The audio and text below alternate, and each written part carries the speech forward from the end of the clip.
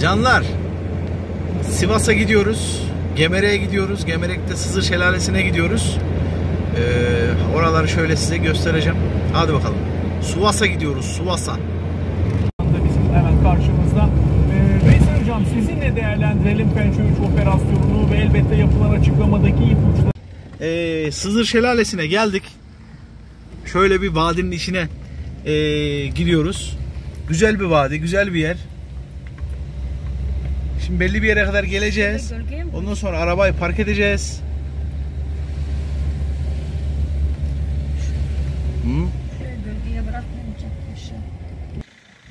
Bu kez Kayseri il sınırlarından çıktık.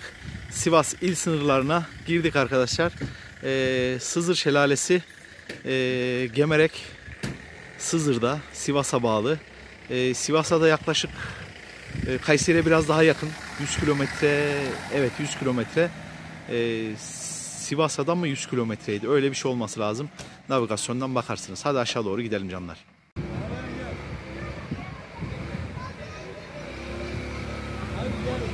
Hadi gel hadi gel.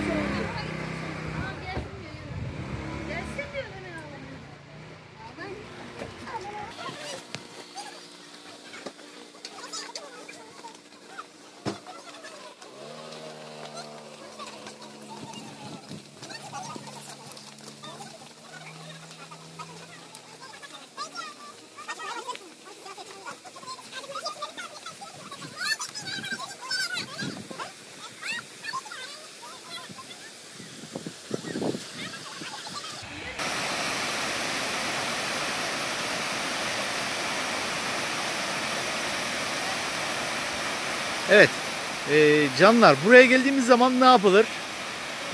Güzel bol bol tabii ki de fotoğraf çekilir. Piknik yapabilirsiniz, mangal yapabilirsiniz. Mangal yapmaya uygun balık lokantaları var. Balık lokantalarından balık yiyebilirsiniz. Sivas köfte yiyebilirsiniz.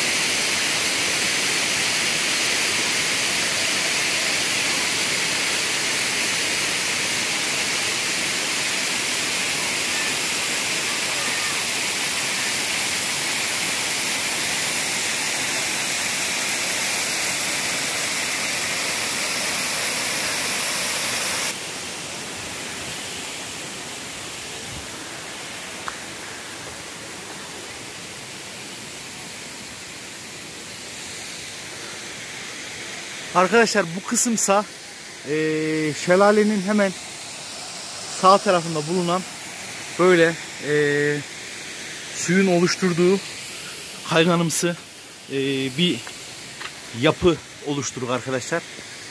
Şöyle göstereyim size. Buraya giriliyor. Çoğu buraya gelince burayı belki görmeden gidiyor. Burayı görmeden kesinlikle gitmeyin. Pardon. Evet, burada şeyimizi açmamız gerekecek, flaşımızı.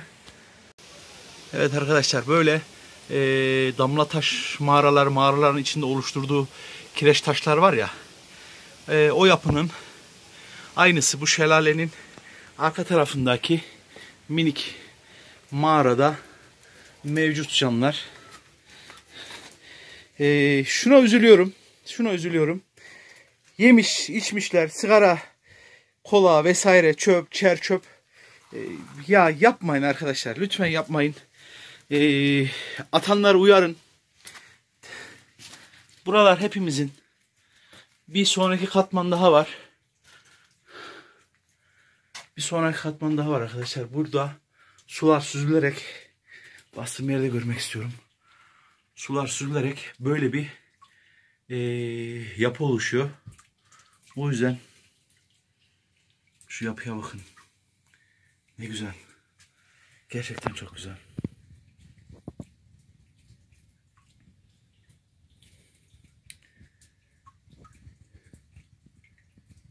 Mükemmel.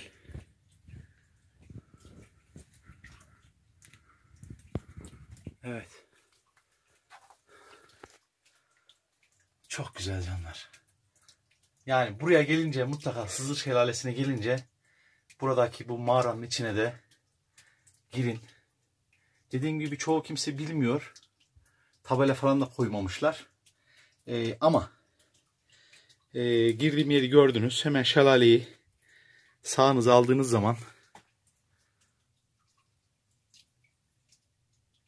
özür diliyorum, solunuza aldığınız zaman sağ tarafınızda kayanın oradan giriş yapabiliyorsunuz arkadaşlar. Evet. Durum bu. Buradan çıkalım.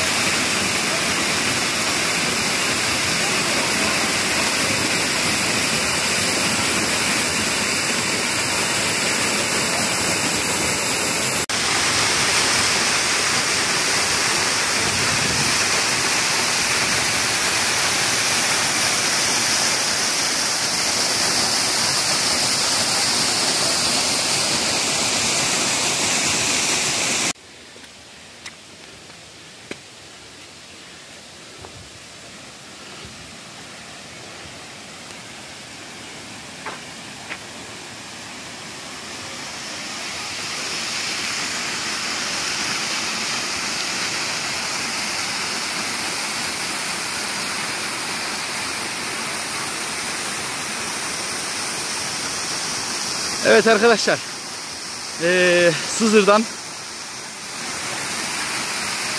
bu kadar. Bir dahaki videoda görüşmek ümidiyle. Kendinize iyi bakın. Hoşça kalın canlar.